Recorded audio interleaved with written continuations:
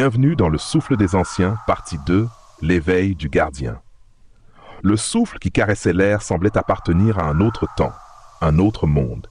Ayan sentit sa conscience se dilater, comme si l'invisible était soudainement devenu tangible.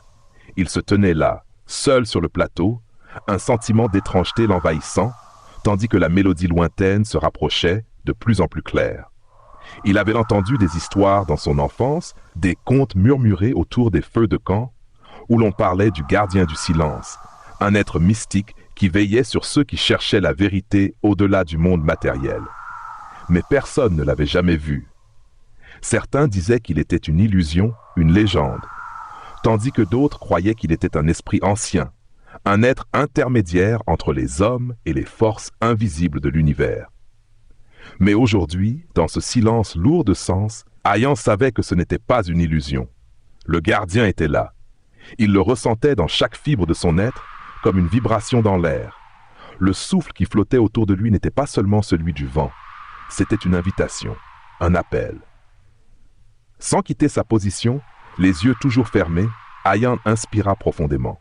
L'air frais des montagnes, chargé de mystère, emplissait ses poumons. À chaque respiration, il se sentait plus léger, plus en phase avec l'environnement qui l'entourait. Puis une voix faible mais claire résonna dans son esprit. « Tu as écouté, maintenant viens. » Le jeune homme sursauta. Était-ce la voix du gardien? Il n'avait pas l'habitude d'entendre des voix dans son esprit. Mais ce souffle, cette invitation, c'était comme une force qui l'appelait vers l'inconnu. Son cœur battait fort, mais il n'eut pas peur.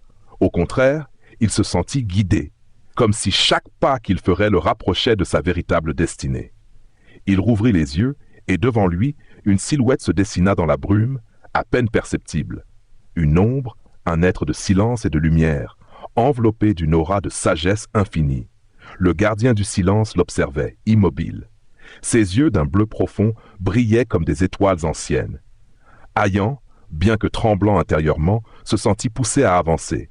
Il n'avait pas de questions, car il savait que les réponses viendraient d'elles-mêmes, au moment où il serait prêt à les recevoir.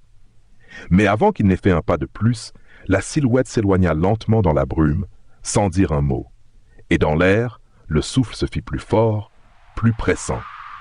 Ayan savait alors que le voyage n'en était qu'à ses débuts. À suivre.